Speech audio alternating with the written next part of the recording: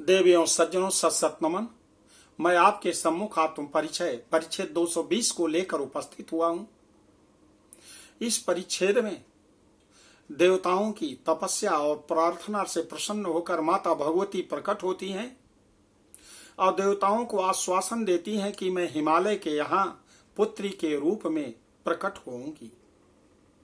इस कथा का वर्णन इस परिच्छेद में है। तो मेरे इस वीडियो को आपसे निवेदन है कि शुरू से लेकर अंत तक जरूर देखें और सुने। माता भगवती की कृपा प्राप्त होगी और हर प्रकार से विघ्न बाधाओं से माता भगवती दूर करेंगी। तो माता भगवती के लिए शंख ध्वनि।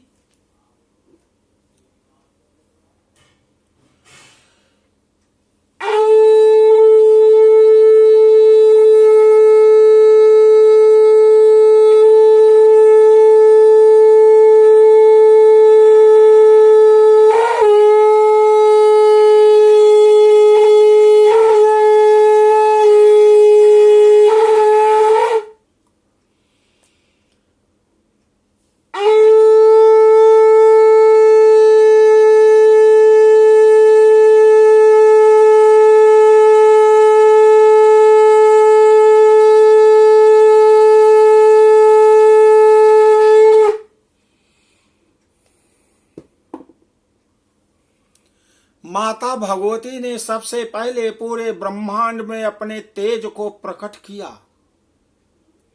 पूरा देदीप्यमान हो गया ब्रह्मांड। देवताओं की आंखें, संपूर्ण प्राणियों की आंखें बंद हो गईं। देवताओं ने आंख बंद करके माता भगवती की प्रार्थना करने लगे कि हे मां दर्शन दीजिए। तो माता प्रसन्न हो करके देवताओं के सम्मुख वहां पर उपस्थित होती है और देवताओं को दर्शन दिया। और देवताओं ने दर्शन प्राप्त करके माता की स्तुति करते हुए कह रहे हैं कि हे मां विराट रूप धारण करने वाली आपको नमस्कार है। हे सूक्ष्म रूप धारण करने वाली आपको नमस्कार है। अव्यक्त रूप धारण करने वाली आपको नमस्कार है। और श्री ब्रह्म मूर्ति स्वरूपिणी देवी आपको नमस्कार है।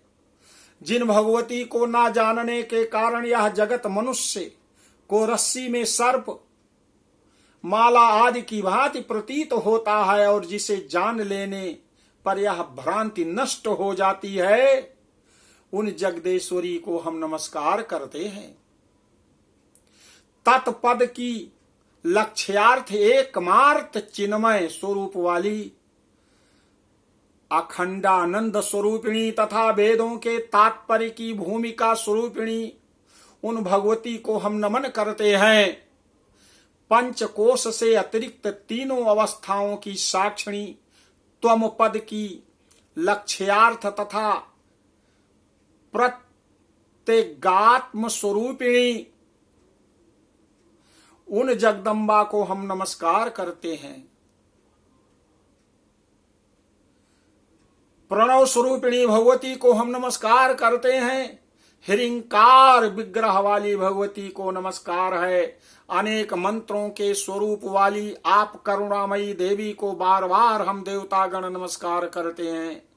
देवताओं की इस प्रकार स्तुति करने पर मणिद्वीप में निवास करने वाली तथा मत्त कोयल के समान ध्वनि करने वाली भगवती मधुर वाणी में कहने लगी, आप सभी देवतागण अपना वह कार्य बताइए जिसके लिए आप सब यहाँ एकत्रित हुए हैं। सर्वदा वर प्रदान करने वाली मैं भक्तों की कामना पूर्ण करने हेतु कल्प वृक्ष हूँ। मेरे रहते भक्ति परायण आप सब देवताओं को कौन सी चिंता है। मैं इस दुखमय संसार सागर से अपने भक्तों का उद्धार कर देती हूँ। हे श्रेष्ठ देवतागण, आप लोग मेरी इस प्रतिज्ञा को सत्य समझिए। हे राजन, भगवती की यह स्नेहमयी वाणी को सुनकर देवताओं के मन में अत्यंत प्रसन्नता हुई और वह निर्भय होकर उनसे अपना दुख कहने लगे। देवता कहते हैं, हे मां, इस त्रिलोकी में ऐसा कुछ भी नहीं जो सब कुछ जानने वाली तथा सबकी साक्षी स्वरूपा आप भगवती के लिए अज्ञात हो मां। हे शिवे, असुर राज तारक हम लोगों को दिन रात पीड़ित कर रहा है। ब्रह्मा जी ने शिव जी के औरस पुत्र के द्वारा उसका वध सुनिश्चित किया है। हे महेश्वरी, आप तो जानती हैं कि शिव की कोई भार्या नहीं है। हम अल्प बुद्धि प्राणी सब कुछ जानने वाले आपसे क्या कहें। आप देह धारण कर अवतरित हो, इसी प्रयोजन से हम लोगों ने आपसे निवेदन किया है। हे मां, दूसरी बात भी ध्यान में रखें, आपके चरण कमल में हम लोगों की अविचल भक्ति सदा बनी रहे। देह की रक्षा के निमित्त हमारा दूसरा मुख्य निवेदन है। उनकी यह बात सुनकर भगवती परमेश्वरी ने कहा, गौरी नामक मेरी जो शक्ति है वह हिमालय के घर आविर्भूत होगी। आप लोग ऐसा प्रयत्न कीजिए कि वह शिव को प्रदान कर दी जाए। वही गौरी आप लोगों का कार्य सिद्ध करेंगी। मेरे चरण कमल में आप लोगों की भक्ति सदा आदर पूर्वक बनी रहेगी।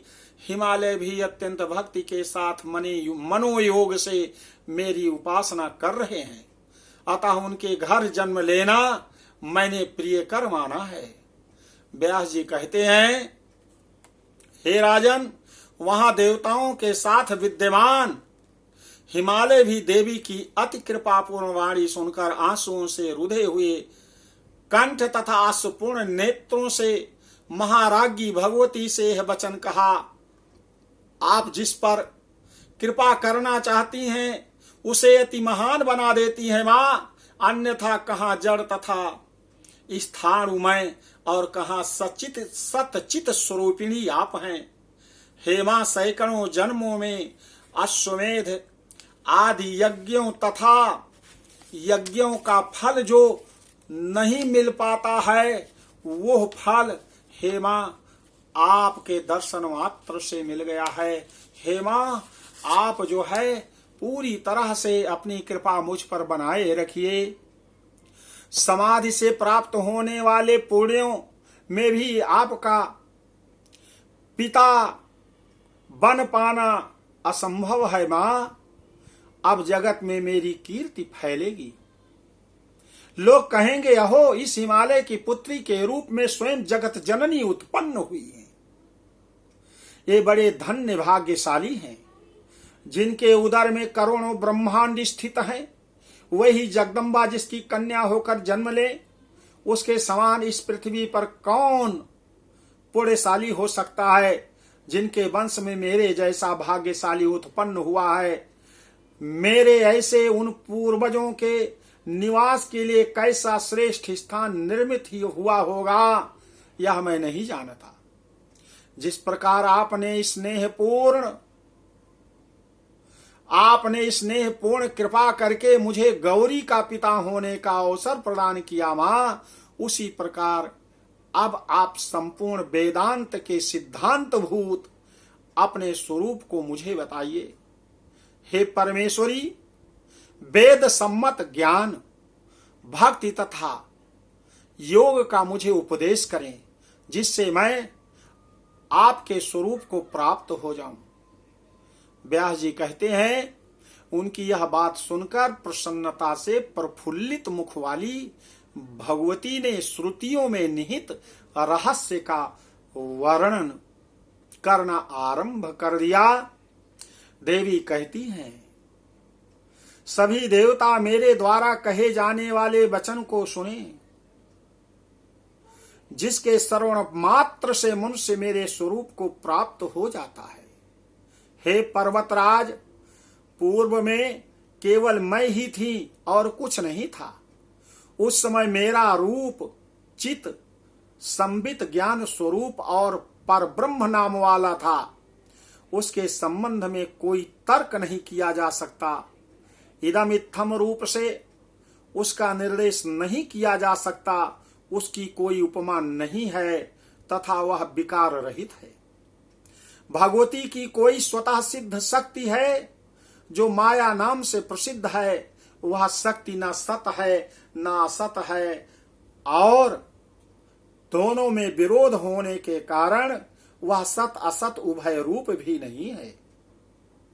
सत असत इन दोनों से विलक्षण वह माया कोई अन्य ही वस्तु है।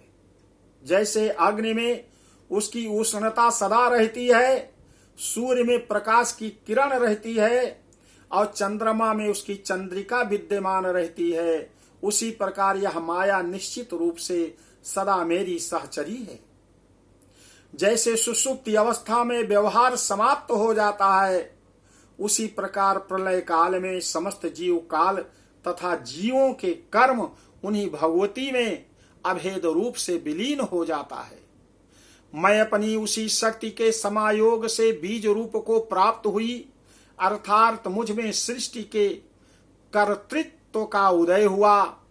उस माया के अपने आधार रूपी अवतरण के कारण मुझ में उसका कुछ दोष आ गया, अर्थात चैतन्यादि का तिरोधान हो गया। चैतन्य के संबंध से मुझे संसार का निमित्त कारण कहा जाता है और मेरा परिणाम रूप या सृष्टि प्रपंच मुझसे ही उत्पन्न हुआ है तथा मुझ में ही विलीन हो जाता है, अतः मुझे समवायी कारण कहा जाता है। कुछ लोग उस शक्ति को तप, कुछ लोग तम तथा दूसरे लोग उसे जड़ ऐसा कहते हैं। इसी प्रकार कुछ लोग उसे ज्ञान, माया, प्रधान, प्रकृति, शक्ति तथा अजा कहते हैं और शैव शास्त्र के मनीषी उसे विमर्श भी कहते हैं। वेद तत्वार्थ को जानने वाले अन्य पुरुष उसे अविद्या कहते हैं। इस प्रकार वेद आदि में उस शक्ति के नाना विधि नाम प्रतिपादित हैं। केवल दिखाई देने के कारण वह जड़ है और ज्ञान प्राप्ति से नष्ट होने के कारण वह असत है। चैतन्य दिखाई नहीं पड़ता और जो दिखाई पड़ता है वह जड़ ही है। चैतन्य स्वयं प्रकाश स्वरूप है, वह दूसरे से प्रकाशित नहीं होता, वह अपने द्वारा भी प्रकाशित नहीं है, क्योंकि इससे अनवस्था का दोष आ जाएगा। कर्मत्व और कर्तृत्व ये दोनों विरुद्ध धर्म एक अधिकरण में नहीं रह सकते। अतः यह नहीं कहा जा सकता कि वह चैतन्य अपने द्वारा प्रकाशित होता है। प्रत्युत हे प्रवत, दीपक की भांति प्रकाशमान उसे सूर्य आदि दूसरों का प्रकाशक समझिए। अतएव मेरे ज्ञान रूप शरीर का नित्यत्व स्पष्टतः सिद्ध है। जागृत, स्वप्न और सुषुप्ति आदि अवस्था में संबित ज्ञान स्वरूप स्वयं का अभाव प्रतीत न होकर प्रत्युत तीनों अवस्थाओं का अभाव अनुभव में आता है। इस प्रकार कभी भी संबित का अभाव अनुभव में नहीं आता। अतः संबित के अभाव का अनुभव न होने के कारण उसका नित्यत्व स्वतः सिद्ध है। यदि किसी को संबित के अभाव का अनुभव होता है तो जिस साक्षी के द्वारा उस संबित रूप के अभाव का अनुभव होता है वही संबित का स्वरूप होगा। अतः उत्तम शास्त्रों की ज्ञाता विद्वानों ने उसे नित्य कहा है।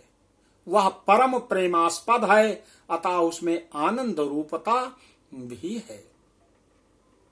इस प्रकार माता भगवती हिमालय पर्वत को ज्ञान दे रहे हैं कि हे हिमालय राज, हे हिमालय राज, आप मेरे स्वरूप को सुनिए।